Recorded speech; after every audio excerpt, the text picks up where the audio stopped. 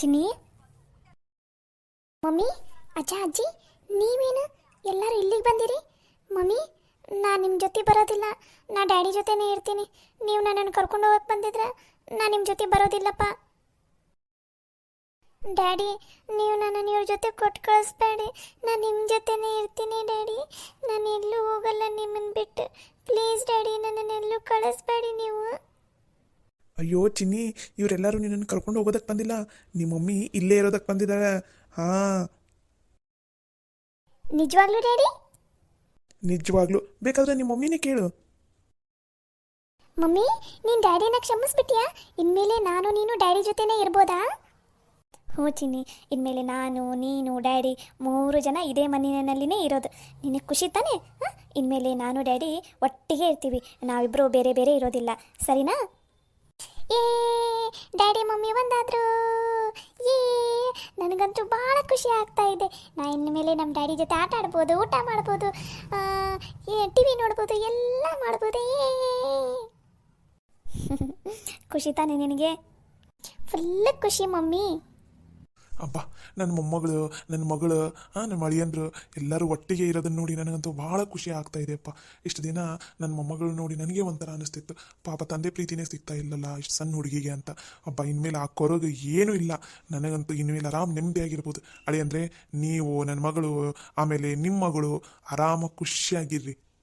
ನಾನಂತೂ ಇದೆಲ್ಲ ಈ ಜನ್ಮದಲ್ಲಿ ನಡೆಯುತ್ತಾ ಇಲ್ವೋ ಅಂತ ಅಂದ್ಕೊಂಡ್ಬಿಟ್ಟಿದ್ದೆ. ನನ್ನ ಮಗಳು ಅಳಿಯ ಒಟ್ಟಿಗೆ ಇರೋದನ್ನು ನಾನು ನೋಡ್ತೀನೋ ಇಲ್ವೋ ಅಂತಲೇ ಅಂದ್ಕೊಂಡ್ಬಿಟ್ಟಿದ್ದೆ. ಅಂತೂ ನೀವಿಬ್ಬರು ಒಂದಾದ್ರಲ್ಲ, ಅಷ್ಟೇ ಸಾಕು. ನಿಜ ಅತ್ತೇರೆ, ನಾನು ಇದೆಲ್ಲ ಈ ಜನ್ಮದಲ್ಲಿ ನಡೆಯುತ್ತೆ ಅಂತಲೇ ಅಂದ್ಕೊಂಡಿಲ್ಲಾಗಿದ್ದೆ. ಇದಕ್ಕೆಲ್ಲ ಕಾರಣ ನಾವೆಲ್ಲರೂ ಇಷ್ಟು ಖುಷಿಯಾಗಿರೋದಕ್ಕೆ ಮೇನ್ ಕಾರಣನೇ ನೇತ್ರ ಅವರು, ಹಾಗೆ ಚರಣ್. ಇಲ್ಲ ಬಾವ, ಇದೆಲ್ಲ ಕ್ರೆಡಿಟ್ ಹೋಗ್ಬೇಕಾಗಿರೋದು ನೇತ್ರ ಅವರಿಗೇನೆ. ಯಾಕಂದರೆ ಸಾಗರನ ಎದುರು ಹಾಕ್ಕೊಂಡು, ಇಡೀ ಮನೆಯವರನ್ನೆಲ್ಲ ಎದುರು ಹಾಕ್ಕೊಂಡು, ಚಿನ್ನಿಗೋಸ್ಕರ ನೀವಿಬ್ಬರು ಒಂದು ಆಗಲೇಬೇಕು ಅಂತಂದು ಎಲ್ಲರೂ ಏನಂದ್ರೂ ಇಲ್ಲ, ನಾನು ಹೇಗಾದರೂ ಮಾಡಿ ಅವರೆಲ್ಲರೂ ಒಂದು ಮಾಡಲೇಬೇಕು ಅಂತಂದು ಪಣ ತೊಟ್ಟು ನಿಮ್ಮಿಬ್ಬರನ್ನ ಒಂದು ಮಾಡಿದ್ದು ಕ್ರೆಡಿಟ್ ಎಲ್ಲ ನೇತ್ರಾಗೆ ಸಲ್ಲಬೇಕು. ನಾನು ಜಸ್ಟ್ ಈ ನಿಮ್ಮ ಮನೆ ಎಲ್ಲಿದೆ ಹಾಗೆ ನಿಮ್ಮನ್ನು ಮೀಟ್ ಮಾಡಿಸಿದ ಅಷ್ಟೇ. ನಾನು ಮಿಕ್ಕಿದೆಲ್ಲ ಪ್ಲ್ಯಾನ್ ಗೀನ್ ಎಲ್ಲ ನೇತ್ರಂದೆ. ಇದೆಲ್ಲ ಕ್ರೆಡಿಟ್ ನೇತ್ರನ್ಗೆ ಸಲ್ಲಬೇಕು. ನಿಜ ಚರಣ್, ಇದೆಲ್ಲ ಕ್ರೆಡಿಟ್ ನೇತ್ರ ಅವರಿಗೆ ಸಲ್ಲಬೇಕು. ಸಾಗರ್, ನೀನು ಏನೇ ಅನ್ಕೋ, ನಿನಗೆ ಬಂಗಾರದಂಥ ಹೆಂಡತಿ ಸಿಕ್ಕಾಳ, ಅಂಥ ಹೆಂಡತಿನ ಯಾವತ್ತೂ ನೀ ದೂರ ಮಾಡ್ಕೋಬೇಡ. ನಿನ್ನ ಮೇಲಾಗಿರ್ಬೋದು, ನಿಮ್ಮ ಮನೆಯವ್ರ ಮೇಲಾಗಿರ್ಬೋದು, ನೇತ್ರ ಪ್ರಾಣನೇ ಇಟ್ಟಿದ್ದಾಳೆ. ಅತ್ತೆ ಮಾವ ಅಂಥ ಸೊಸೆ ಪಡೆಯೋದಕ್ಕೆ ನೀವು ನಿಜವಾಗ್ಲೂ ಪುಣ್ಯ ಮಾಡಿದ್ದೀರಿ ಗೊತ್ತಾ? ನಿಜ ಹೇಳಿ ಅಂದರೆ ಅಂಥ ಸೊಸೆ ಪಡೆಯೋದಕ್ಕೆ ನಾವು ಪುಣ್ಯನೇ ಮಾಡಿದ್ದೀವಿ. ಆದರೆ ನಾವೇ ನೇತ್ರನ ಅರ್ಥ ಮಾಡ್ಕೊಳ್ಳಿಲ್ಲ. ಅರ್ಥ ಮಾಡ್ಕೊಳ್ಳೋದ್ರಲ್ಲಿ ಎಡವಿಬಿಟ್ವಿ. ನಾನು ಇದಕ್ಕಿಂತ ಮದುವೆಗಿಂತ ಮುಂಚೆನೇ ಒಂದ್ಸಲ ಎಡವಿದ್ದೆ, ಎಚ್ಚೆತ್ಕೊಂಡಿದ್ದೆ ಆಮೇಲೆ. ಆದರೆ ಮತ್ತೆ ಅದೇ ತಪ್ಪನ್ನೇ ಮಾಡಿಬಿಟ್ಟೆ. ಇನ್ನೊಂದ್ಸಲ ಆ ತಪ್ಪು ಮಾಡೋದಿಲ್ಲಪ್ಪ. ನನ್ನ ಸೊಸೆನ ಇನ್ಮೇಲೆ ನಂಬ್ತೀನಿ ನಾನು. ನನ್ನ ಸೊಸೆ ಯಾವುದೇ ನಿರ್ಧಾರ ತೊಗೊಂಡ್ರು ಅದರಲ್ಲಿ ಒಂದು ಒಳ್ಳೆಯದು ಆಗ್ಬೇಕನ್ನೋದು ಆಕೆ ಮನಸ್ಸಲ್ಲಿರುತ್ತೆ, ಆಕೆ ಯೋಚನೆ ಮಾಡ್ತಾಳೆ ಅನ್ನೋದು ನನಗೆ ಇವಾಗ ಗೊತ್ತಾಗ್ತಾ ಇದೆ. ಹೌದು ಭಾವ, ನಿಜ.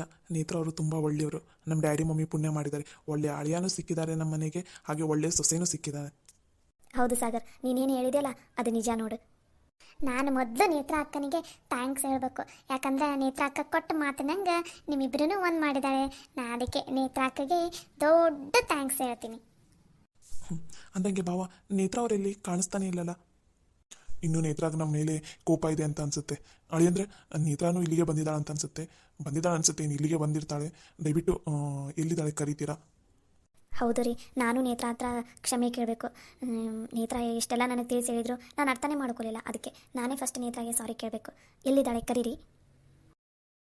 ಖುಷಿ, ಏನು ಹೇಳ್ತಾ ಇದೀಯ ನೀನು? ನೀವೆಲ್ಲರೂ ನೇತ್ರನ ಯಾಕೆ ಕೇಳ್ತಾ ಇದ್ದೀರಾ? ನೇತ್ರ ಇಲ್ಲಿಗೆ ಬಂದಿಲ್ಲ. ಇಲ್ಲಿಗೆ ಯಾಕೆ ಬರ್ತಾಳೆ ನೇತ್ರ? ಅಷ್ಟಕ್ಕೂ ಚಿನ್ನಿನ ಕರ್ಕೊಂಡು ಬಂದಿದ್ದು ಚರಣ್. ಅದಾದಮೇಲೆ ನೀವೆಲ್ಲರೂ ಬಂದಿದ್ದು. ನೇತ್ರ ಬಂದಿಲ್ಲ ಇಲ್ಲಿಗೆ. ರೀ, ಏನು ಹೇಳ್ತಾ ಇದ್ದೀರಾ ನೀವು? ಹಾಗಾದರೆ ನೇತ್ರ ಇಲ್ಲಿಗೆ ಬಂದಿಲ್ವಾ? ಇಲ್ಲ ಖುಷಿ, ನೇತ್ರ ಅವ್ರು ಇಲ್ಲಿಗೆ ಬಂದಿಲ್ಲ. ನಾನು ನಿಮ್ಮ ಜೊತೆನೇ ಬಂದಿದ್ದಾರೋ ಏನೋ, ಇಲ್ಲ ಮನೆಯಲ್ಲಿದ್ದಾರೋ ಏನೋ ಅಂತ ಅಂದ್ಕೊಂಡಿದ್ದೆ. ನೇತ್ರ ಇಲ್ಲಿಗೆ ಬಂದಿಲ್ಲ. ಚರಣ್, ನಿನಗೇನಾದರೂ ಗೊತ್ತಾ? ಯಾಕಂದರೆ ನೇತ್ರ ಅವರು ಏನೇ ಪ್ಲ್ಯಾನ್ ಮಾಡಿದ್ರು ನಿನ್ನ ಹತ್ರನೇ ಹೇಳ್ತಿದ್ರು. ನಿಜ ಹೇಳು, ನೇತ್ರ ಅವ್ರು ಎಲ್ಲಿದ್ದಾರೆ ಅಂತ. ಅಯ್ಯೋ ಭಾವ, ನನಗೂ ಹೇಳಿಲ್ಲ ನೇತ್ರ ಅವರು.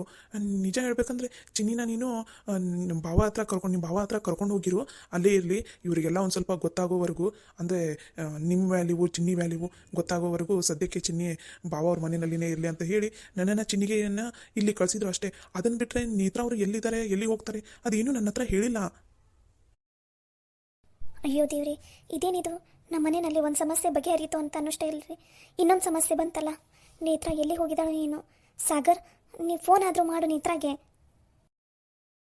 ಮಮ್ಮಿ ಮನೆಯಿಂದ ಇಲ್ಲಿ ಬರೋ ತನಕನೂ ನಾನು ನೇತ್ರಾಗೆ ಕಾಲ್ ಮಾಡ್ಕೋತಾನೆ ಬಂದಿದ್ದೀನಿ, ಆದರೆ ನೇತ್ರ ಫೋನ್ ಸ್ವಿಚ್ ಆಫ್ ಆಗಿದೆ. ಎಲ್ಲಿದ್ದಾಳೆ ಏನು ನನಗೂ ಗೊತ್ತಾಗ್ತಾನೆ ಇಲ್ಲ. ನನಗಂತೂ ಭಾಳ ಭಯ ಆಗ್ತಾ ಇದೆ ಮಮ್ಮಿ. ಏನು ಸಾಗರ್ ನೀನು ಕಟ್ಕೊಂಡಿರೋ ಹೆಂಡತಿನ ಸರಿಯಾಗಿ ಅರ್ಥ ಮಾಡ್ಕೊಂಡಿಲ್ಲಲ್ಲ ನೀನು. ಛೇ, ನನಗಂತೂ ಭಾಳ ಬೇಜಾರಾಗ್ತಾ ಇದೆಯಪ್ಪ. ಪಾಪ ನಮಗೆ ಒಳ್ಳೇದಾಗಲಿ ಅಂತ ಇಷ್ಟೆಲ್ಲ ಕಷ್ಟಪಟ್ಟು ಏನೇನೋ ಪ್ರಯತ್ನ ಮಾಡಿದ್ರು, ಇವಾಗ ನೋಡಿದರೆ ಅವರೇ ಕಾಣಿಸ್ತಾ ಇಲ್ಲಲ್ಲ. ಹಾಂ ಸಾಗರ್, ಇವಾಗ ಎಲ್ಲಿ ಹೋಗಿರ್ತಾಳೆ ನೇತ್ರ? ನನಗೂ ಗೊತ್ತಾಗ್ತಾ ಇಲ್ಲಕ್ಕ, ಎಲ್ಲಿ ಹೋಗಿದ್ದಾರೆ ಏನು ಅಂತ. ಇವಾಗ ಏನು ಮಾಡೋದು? ಸಾಗರ್, ತವ್ರ ಮನೆಗೆ ಏನಾದರೂ ಹೋಗಿದ್ದಾಳೆ ಏನು? ಮನೆಯಲ್ಲಿ ನಿಮ್ಮ ಅತ್ತೆಯವ್ರಿಗೆ ಯಾರಿಗಾದರೂ ಕಾಲ್ ಮಾಡಿ ನೋಡು. ಮಮ್ಮಿ ಅವ್ರ ಮನೆಯವರಿಗೆ ಏನಂತ ಕಾಲ್ ಮಾಡಿ ಕೇಳೋದು? ಅಕಸ್ಮಾತ್ ಅಲ್ಲಿಗೆ ಹೋಗಿದ್ರು ಓಕೆ, ಹೋಗಿಲ್ಲ ಅಂದರೆ ಏನಂತ ಕೇಳೋದು? ನೇತ್ರ ಮನೆಯಲ್ಲಿ ಇಲ್ಲ ಅನ್ನೋ ವಿಷಯ ಅವ್ರಿಗೆ ಗೊತ್ತಾದರೆ ಅವ್ರು ಇನ್ನೂ ಗಾಬರಿ ಆಗ್ತಾರೆ. ಹಾಂ, ಏನಂತ ಕೇಳೋದು? ಹೇಗೆ ಕೇಳಲಿ ನಾನು? ಅಯ್ಯೋ ಸಾಗರ್, ಹಾಗೆಲ್ಲ ಇವಾಗ ಯೋಚನೆ ಮಾಡ್ಕೊತ ಕೂತ್ಕೊಂಡ್ರೆ ನೇತ್ರ ಎಲ್ಲಿದ್ದಾಳೆ ಏನು ಅಂತ ಗೊತ್ತಾಗಬೇಕು ತಾನೇ ನಮಗೆ. ನೀನು ಹೇಗಾದರೂ ಕಾಲ್ ಮಾಡಿ ಕೇಳು. ಡೈರೆಕ್ಟಾಗಿ ನೇತ್ರ ಬಂದಿದ್ದಾಳೆ ಏನು ಅಂತ ಕೇಳಬೇಡ. ಒಟ್ಟಿನಲ್ಲಿ ಅಲ್ಲಿ ಸಿಚುವೇಶನ್ ಹೇಗಿದೆ ಅನ್ನೋದನ್ನು ಮೊದಲು ಅರ್ಥ ಮಾಡ್ಕೊ. ನೇತ್ರ ಏನಾದರೂ ಕಾಲ್ ಮಾಡಿಲ್ಲ ಏನು ಅಂತಂದು ಮೊದಲು ಅದನ್ನೆಲ್ಲ ತಿಳ್ಕೊಳ್ಳೋದಕ್ಕೆ ಯೋಚನೆ ಮಾಡು. ಇವಾಗ ಬೇರೆ ಎಲ್ಲ ಯೋಚನೆ ಮಾಡ್ಕೊಂಡು ಕೂತ್ಕೊಳ್ಳೋ ಟೈಮ್ ಅಲ್ಲ ಇದು. ಹೌದು ಸಾಗರ್, ನೀ ಮೊದಲು ತವ್ರ ಮನೆಯವರಿಗೆ ಕಾಲ್ ಮಾಡು.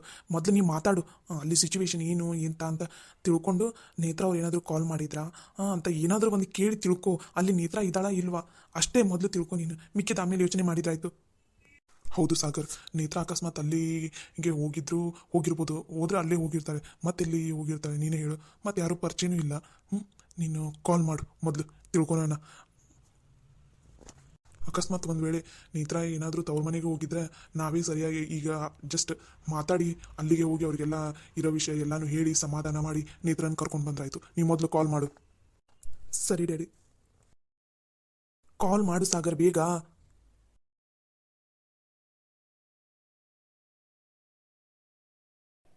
ಇದು ಯಾರ್ದು ನಂಬರು? ನಂಗೊಂದು ಓದಾಕೆ ಬರೋಂಗಿಲ್ಲ, ಏನಿಲ್ಲ. ಕನ್ನಡದಾಗ ಹೆಸರು ಬರೆದಿಡ್ರಿ ಅಂದರೆ ಇವರು ಇಂಗ್ಲೀಷ್ನಾಗ ಬರೆದಿರ್ತಾರೆ. ಯಾರ್ದಿದು? ನಮ್ಮ ನೇತ್ರವಂದಂತೂ ಅಲ್ಲ ಇದು.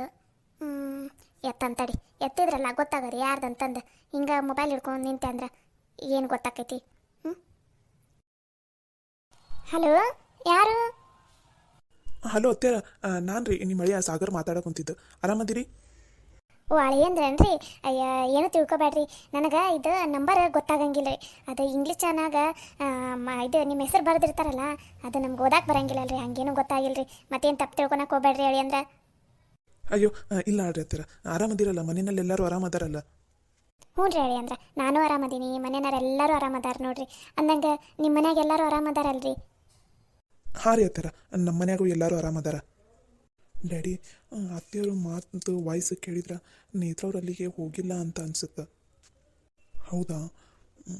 ಹೇಗಾದರೂ ಮಾಡಿ ತಿಳ್ಕೊ. ಅಕಸ್ಮಾತ್ ನೇತ್ರ ಅಲ್ಲಿಗೆ ಹೋಗಿನೋ ಏನೂ ಹೇಳ್ದೇನೂ ಇರ್ಬೋದಲ್ಲ, ಅದಕ್ಕೋಸ್ಕರ ಏನಾದರೂ ಮಾಡಿ ತಿಳ್ಕೊ. ಸರಿ ಡ್ಯಾಡಿ. ಅಂದಂಗೆ ಅತ್ತೆ, ಊಟ ಆಯ್ತಾ ನಿಮ್ಮದು? ಹಾಂ ರೀ ಅಳಿ ಅಂದ್ರೆ, ನಮ್ದು ಊಟ ಆಯ್ತು ನೋಡ್ರಿ. ನಿಮ್ದು ರೀ ಊಟ ಆಯ್ತಾ? ಹಾಂ ರೀ ಅತ್ತೆರ, ಆಯ್ತು ನೋಡ್ರಿ ಊಟ. ಹೌದನ್ರಿ ಅಂದ್ರೆ, ಚಲೋ ಆಯ್ತು ಬಿಡ್ರಿ.